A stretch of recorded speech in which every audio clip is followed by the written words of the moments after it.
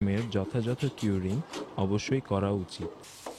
ডিশাটারিং হয়ে গেলে ফুটিং ট্রেঞ্চটি বালি দিয়ে ভরাট এবং কম্প্যাক্ট করতে হবে। এখানে উল্লেখ্য যে আমাদের দেশে অনেক ক্ষেত্রে ফুটিং ট্রেঞ্চ মাটি দিয়ে ভরাট করা হয়, তবে তা ঠিকমতো কম্প্যাক্ট করা ডিফিকাল্ট বিধায় এ ব্যাপারে ডিজাইন ইঞ্জিনিয়ারের পরামর্শ নিতে হবে। একটি গুরুত্বপূর্ণ ব্যাপার হলো ফুটিংয়ের ডিশাটারিংয়ের উপযুক্ত সময় এবং প্রক্রিয়া পার্শ্ববর্তী মাটির স্ট্যাবিলিটির উপর নির্ভর করে, তাই এ ব্যাপারে অভিজ্ঞ ইঞ্জিনিয়ারের নির্দেশ অনুযায়ী কাজ করা উচিত। 5 ইঞ্চি গাঁথনি সাধারণত একটি বিল্ডিংয়ের ইন্টারনাল পার্টিশনের জন্য নির্মিত হয়, তবে ইদানিং অনেক ক্ষেত্রে এক্সটার্নাল ওয়াল হিসেবেও ব্যবহৃত হচ্ছে। কিন্তু সেক্ষেত্রে গাঁথনির মেটেরিয়াল, কাজের মান এবং এক্সটেরিয়র ফিনিশ খুব ভালোভাবে করা প্রয়োজন, নতুবা ওয়ালে ড্যাম্পনেসের সমস্যা দেখা দিতে পারে।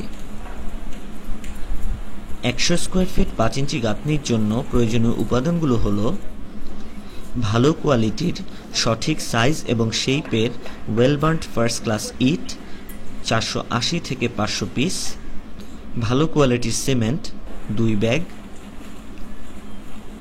পরিষ্কার ময়লামুক্ত 1.2 FM এর বালি 10 CFT এবং পরিষ্কার পানি 50 লিটার। এছাড়াও প্রয়োজনীয় ইকুইপমেন্টগুলো হলো ট্রাওয়েল বা কন্নি, শল বা প্লাম্বব, সুতা, হাতুড়ি, মেজারিং টেপ এবং স্ক্যাফোল্ডিংয়ের জন্য প্রয়োজনীয় বাঁশ, দড়ি এবং মাচা। 5 ইঞ্চি গাঁথনির জন্য 1:4 অনুপাতে সিমেন্ট ও বালি মিশিয়ে মর্টার প্রস্তুত করা হয়, যার মিক্সিং প্রণালী বিস্তারিতভাবে ব্রিক ওয়ার্কের মর্টার মিক্সিং আইটেমে দেখানো হয়েছে। গাঁথনি শুরু করার পূর্বে প্রথমেই ডিজাইন অনুযায়ী লেআউট দিয়ে নিতে হবে। লেআউট করার জন্য প্রথমে আর্কিটেকচারাল ড্রয়িং দেখে লেআউটের জায়গাগুলোকে ভালোমতো চিপিং করে পরিষ্কার করে নিতে হবে।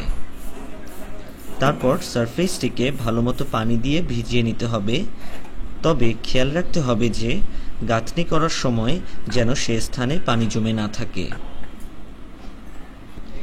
অতঃপর ড্রয়িং দেখে মাপ নিয়ে যে স্থানে লেআউট করা হবে সেখানে সুতা টাঙিয়ে অত্যন্ত সাবধানতার সাথে 1 লেয়ার ইট স্থাপনের মাধ্যমে লেআউট দেওয়া হয়।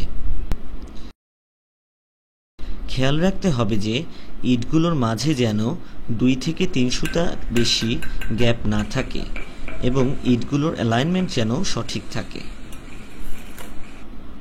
লেআউট দেওয়া হয়ে গেলে ড্রয়িংয়ের সাথে মিলিয়ে এবং আর্কিটেক্ট বা ইঞ্জিনিয়ারের তত্ত্বাবধানে দেখে নিতে হবে যে কোথাও কোনো ভুল হয়েছে কিনা।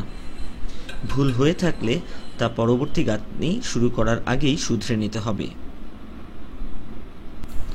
একটি ফ্লোরের লেআউট দেওয়ার পর তার উপর 5 ইঞ্চি গাঁথনির কাজ শুরু করা হয়।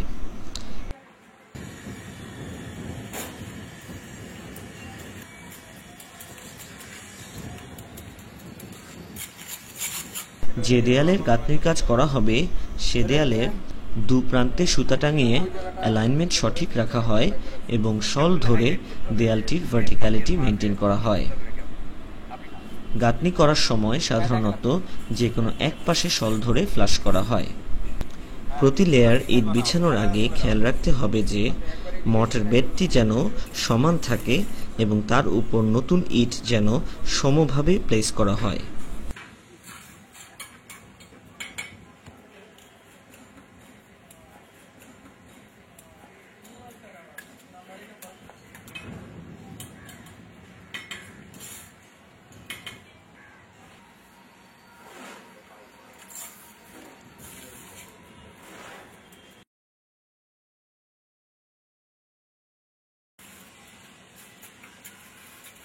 একটি 5 ইঞ্চি দেয়াল একদিনে সর্বোচ্চ 3 থেকে 3.5 ফিট পর্যন্ত গাঁথনি করা যেতে পারে।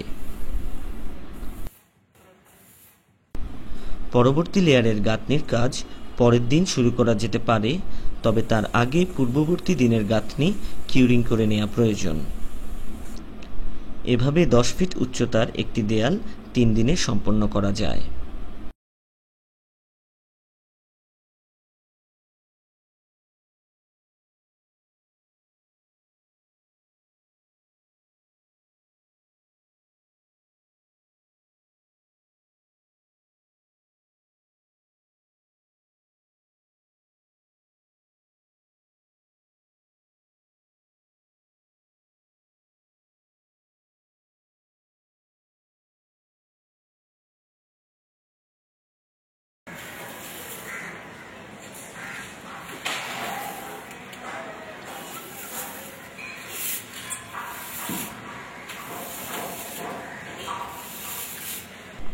3 থেকে 4 ফিট উচ্চতার উপরের গাঁথনির কাজ করার জন্য মাচা বানানো হয়, যার সাপোর্টের উদ্দেশ্যে নির্মাণাধীন দেয়ালে ছোট ছোট গ্যাপ রাখা হয়।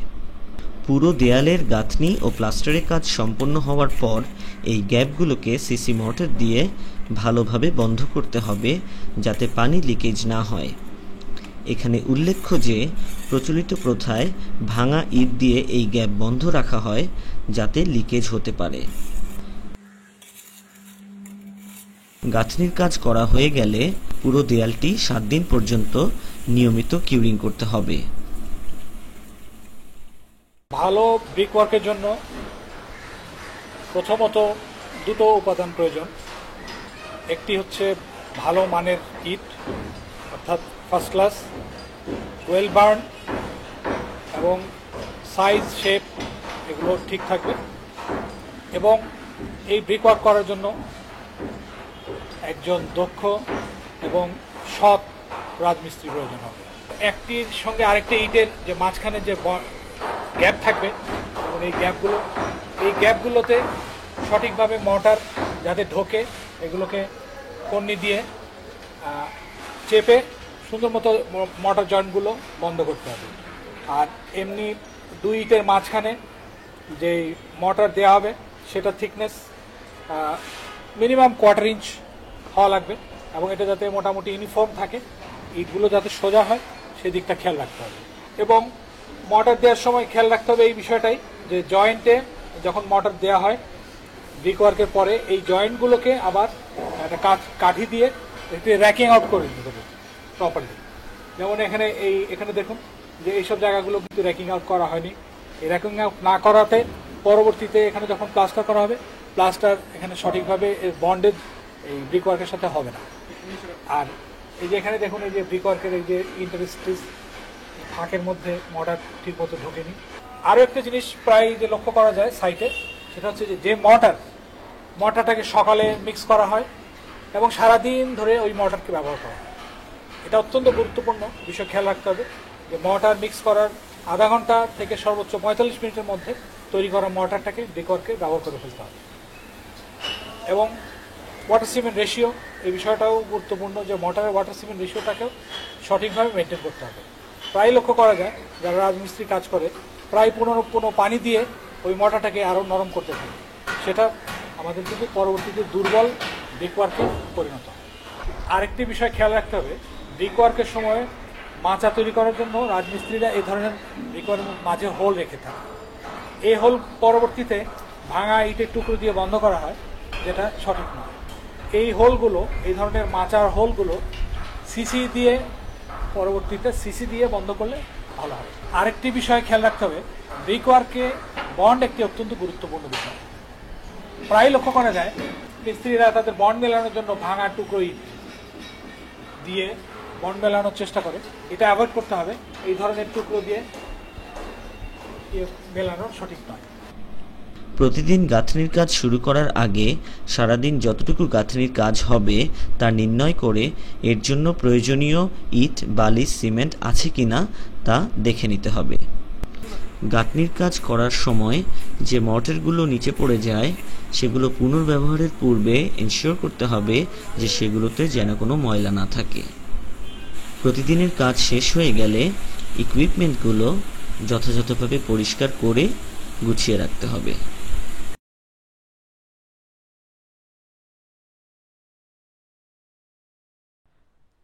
এখন আমরা দেখব কলামের কংক্রিট কিভাবে কাস্টিং বা ঢালাই করা হয়। কংক্রিট কাস্টিং প্রধানত কয়েকটি পৃথক কাজে সম্মিলিত একটি প্রক্রিয়া। এগুলো হলো কংক্রিট মিক্সিং, ট্রান্সপোর্ট, প্লেসমেন্ট এবং কম্প্যাকশন। এই সবগুলো কাজ এমনভাবে সমন্বয় করা উচিত যেন ধারাবাহিকভাবে উন্নতমানের ঢালাই প্রক্রিয়া চালানো যায়।